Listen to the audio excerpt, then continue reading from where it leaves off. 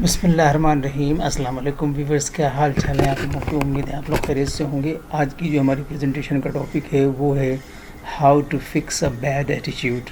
خراب رویے کو کیسے ٹھیک کیا جائے. آئیے دیکھتے ہیں اپنے فارمیٹ کے مطابق جو ہے اس کا اوور ویو اور پھر اس کے بعد اس کے کی points.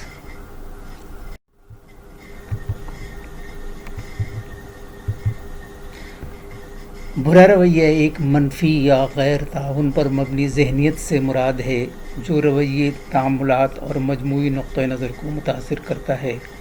A bad attitude refers to a negative or uncooperative mindset that affects behavior, interactions and overall outlook.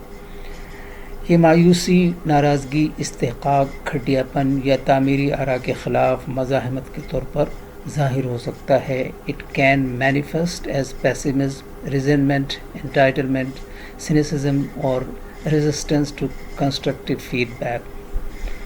برا رویہ رکھنے والا شخص اکثر شکایت کر سکتا ہے، مثبت تبدیلی کو مسترد کر سکتا ہے یا دوسروں کے ساتھ کام کرنے میں دشواری کا سامنا کر سکتا ہے. A person with a bad attitude may frequently complain, reject positive change or have difficulty working with others. آئیے دیکھتے ہیں اس کے کی پوائنٹس. نمبر 1 ہے acknowledge the issue. مسئلے کو تسلیم کرنا. خود آگاہی پہلا قدم ہے. یہ تسلیم کرنا کہ آپ کا رویہ آپ کی زندگی اور رشتوں کو متاثر کر رہا ہے. نمبر 2 ہے آئیڈینٹیفائی ٹریگرز. محرکات کی شناخت کریں. اس بات کی نشاندہی کریں کہ کون سے حالات، لوگ یا خیالات آپ کی منفیت میں حصہ ڈالتے ہیں. بنیادی وجہ کو سمجھنے سے آپ کو اس سے نمٹنے میں مدد مل سکتی ہے.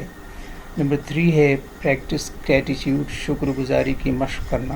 جو غلط ہو رہا ہے اس کے بجائے صحیح پر توجہ دینا. شکر گزار ڈائری رکھنا یا اپنی زندگی کی مثبت پہلوؤں پر غور کرنا آپ کے نقطہ نظر کو بدل سکتا ہے. نمبر 4 ہے change your self talk.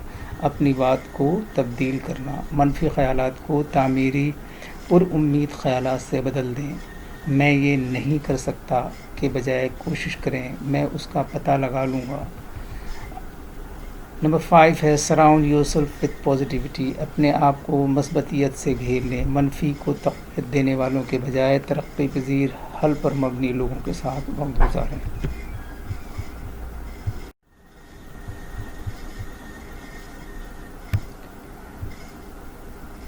Number 6 ہے ڈیولپ ایموشنل ریزیلینس. جذباتی لچک پیدا کریں. تناؤ اور ناکامیوں کا مؤثر طریقے سے انتظام کرنا سیکھیں. مراقبہ، گہرے سانس لینے یا جسمانی ورزش سے جذبات کو کنٹرول کرنے میں مدد مل سکتی ہے. نمبر 7 ہے امپروو کمیونیکیشن. مواصلات کو بہتر بنائیں. کوڑے مارنے کے بجائے تعمیری انداز میں مایوسی کا اظہار کریں. فعال طور پر سنیں اور کھلے ذہن کے ساتھ گفتگو کو دیکھیں. نمبر 8 ہے ٹیک رسپانسبلٹی. ذمہ داری کو لیں. اپنے مزاج یا حالات کے لیے دوسروں پر الزام لگانے سے گریز کریں. اپنے رد عمل اور انتخاب کی ملکیت لیں. نمبر 9 ہے engage in acts of kindness. مہربانی کے کاموں میں مشغول رہیں. دوسروں کی مدد کرنے سے آپ کا موڈ بہتر ہو سکتا ہے اور آپ کی توجہ خود پر مرکوز منفی سے ہٹ سکتی ہے. نمبر 10 ہے کمٹ ٹو کنٹینیوس گروتھ. مسلسل ترقی کا کتابیں پڑھیں، کورس کریں یا رہنمائی حاصل کریں جو ذاتی ترقی اور جذباتی ذہانت کو فروغ دے سکتی ہیں.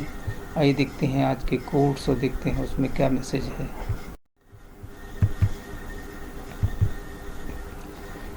تنہا ہونا یہ نہیں ہوتا کہ آپ کے پاس کوئی نہیں ہے. تنہا ہونا دراصل یہ ہوتا ہے کہ سب آپ کے پاس ہیں لیکن آپ کا کوئی نہیں ہے.